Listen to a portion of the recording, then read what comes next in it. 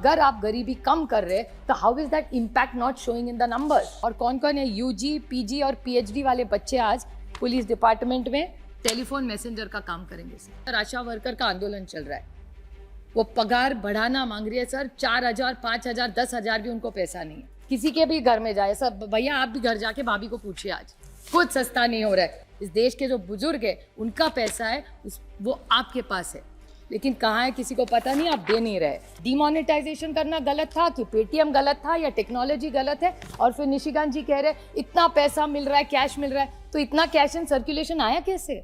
आप कहते हैं कि आपकी 4 जातियां हैं, किसान, महिला, गरीब और युवा। तो एक एक का संक्षेप में मैं आपको पूछना चाहती हूँ कुछ सवाल कि आप कहते हैं कि ये किसानों की सरकार है, तो किसान का सबसे ज़्यादा नुकसान सर आप और मेरे निर्वाचन क्षेत्र से में सीमित है, वो है प्याज का। आपके यहाँ भी प्याज की दिक्कत है, मेरे यहाँ भी है। ये पहली सरकार है इस देश के इतिहास में जिसने एक्सपोर्ट पे बैन लाया है किसान के प्रोडक्ट पे। इनको पाकिस्तान का किसान को 2 पैसा ज़्यादा मिले चलता है, लेकिन उनको भारत के किसान को 2 पैसा नहीं देना है। और बाहर से लाएंगे प्याज, लेकिन यहाँ से बाहर नहीं जाने देंगे। क्या इनका, कौन से किसान के लिए इनका प्यार उबल रहा है, मुझे समझ में नहीं आ रहा है। महाराष्ट्र और देश में जहां जहां किसान आज अड़चन में है, उसका ऋण माफ किया जाए। जैसे यूपीए की डॉक्टर मनमोहन सिंह जी के सरकार ने कर्जा माफ किया था, वही बड़ा दिल मोदी जी दिखाए और इस देश के किसानों का कर्जा माफ करे। ये मैं इनके विनती करती हूँ, अगर ये सरकार उनको सचमुच में सोचती है उनके बारे में। दूसरा, ये गरीबों की सरकार है बोलते हैं सर, अच्छी बात है, हर सरकार करती है। Governance is continuity. कोई ऐसी सरकार नहीं इस देश में जो गरीबों के खिलाफ होती है, लेकिन इनका डेटा ऐसा कहता है the total wealth of this country is in the top 1%। बाकी के सब 1%। सर कैन यू इमेजिन 40%, 40% इस देश की जो वेल्थ है वो 1% में है सर। तो how are they supporting the wealth and how many people they keep seeing. एक जगह कहते हैं कि हम सब ने गरीबी हटाई है, तो फिर 80 करोड़ को जो जनता को खाना देते वो नंबर क्यों नहीं कम हो रहा है? It's a contradiction. मैं पिछली बार भी यही सवाल था, लेकिन मुझे किसी तो जवाब नहीं दिया सर। इसलिए मैं फिर पूछ रही हूँ कि अगर आप गरीबी कम कर रहे तो how is that impact not showing in the numbers? So this is something the government must reply to us. And गरीबों के लिए इन्होंने जनधन योजना जो चिदम्बरम साहब ने शुरू की थी, और ये गरीबों के लिए, शोषित, वंचित, पीड़ित के लिए बहुत अच्छी बात है। लेकिन जनधन योजना में जो अकाउंट है, 50 करोड़ से ज़्यादा अकाउंट्स है, उसमें से 20% से ज़्यादा नॉन ऑपरेटिव है, उसमें से महिला के ज़्यादा है।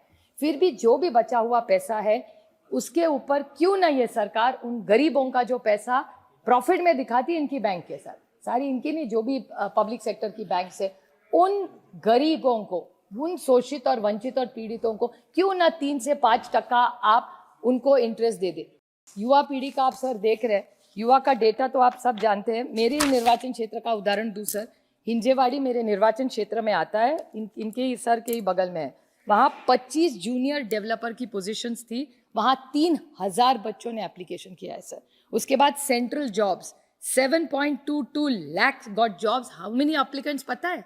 22 crore sir. I repeat this number, 7.7 मोटा मोटा पकड़ लिए, 7.5 लाख नौकरियों के लिए 22 करोड़ बच्चों ने। आप ही का डेटा है सर, मेरा सारा भाषण आपके रिप्लाई से मैं करती हूँ, होमवर्क करके भाषण करती हूँ। तो unemployment is one of the biggest challenges. Same thing with police department, 62 telephone messenger post, 93,000। और कौन कौन है यूजी, पीजी और पीएचडी वाले बच्चे आज पुलिस डिपार्टमेंट में टेलीफोन मैसेंजर का काम करेंगे सर। तो अनएम्प्लॉयमेंट तो है ही। कि आप उज्ज्वला योजना के बारे में इतना कहते हैं, तो रिफिल्स 50% से भी ज़्यादा नहीं है। So how are you calling it your flagship programme? People don't afford it.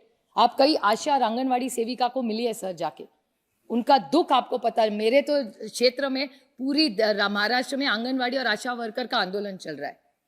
वो पगार बढ़ाना मांग रही है सर। 4,000, 5,000, 10,000 भी उनको पैसा नहीं है।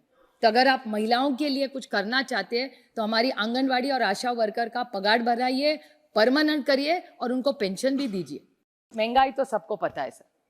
महंगाई के बाद खिलाफ ही जब हमारी सरकार की थी, हमारे खिलाफ बोल बोल के ये सरकार में आए। लेकिन आप घर में जाके भाभी को पूछिए क्या सस्ता हुआ है आज। किसी के भी घर में जाए सर, भैया आप भी घर जाके भाभी को पूछिए, आज कुछ सस्ता नहीं हो रहा है।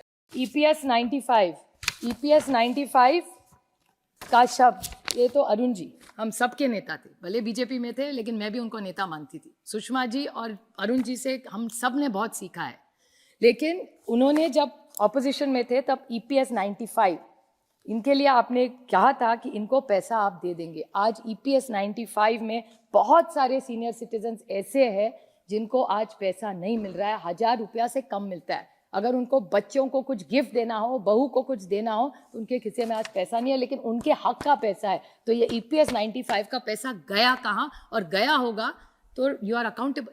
इस देश का पैसा है, इस सीनियर सिटीजन जिनके कारण हम खड़े हैं, इस देश के जो बुजुर्ग हैं उनका पैसा है, वो आपके पास है, लेकिन कहाँ है किसी को पता नहीं, आप दे नहीं रहे।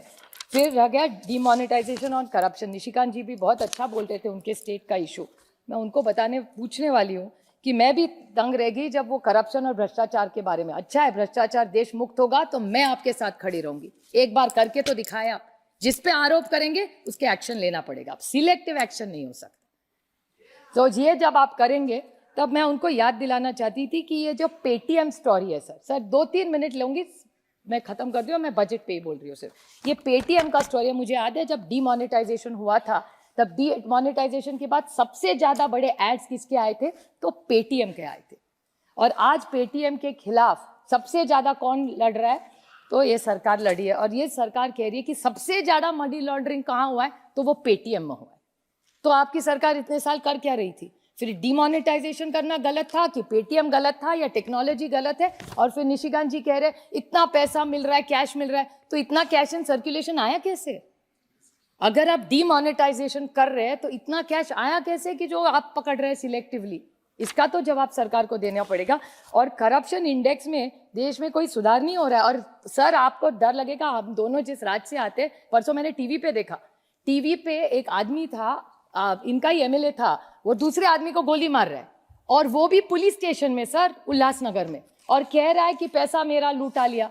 अभी आप बताइए ये करप्शन नहीं है तो क्या? आप तो इंक्वायरी लगाना चाहिए आपने कि बीजेपी का विधायक एक अपने फ्रेंडली पार्टी पे गोली चलाता है, वो भी पुलिस स्टेशन में चलाता है, और आरोप करता है कि वो हो। नहीं, मैं करप्शन की बात, वो झारखंड का कह रहे थे, मैं महाराष्ट्र का कह रही हूँ। तो जैसे वहां हो रहा है वैसे यहाँ भी हो रहा है। तो ये करप्शन, जो पैसा कहाँ से आ रही है, आरोप कैसे आ रहे हैं sir? It is not an inclusive budget. Again, I request this government, if you keep putting money into infrastructure and only into government expenditure, it's not a sustainable model. So please look at a holistic view when you have a budget.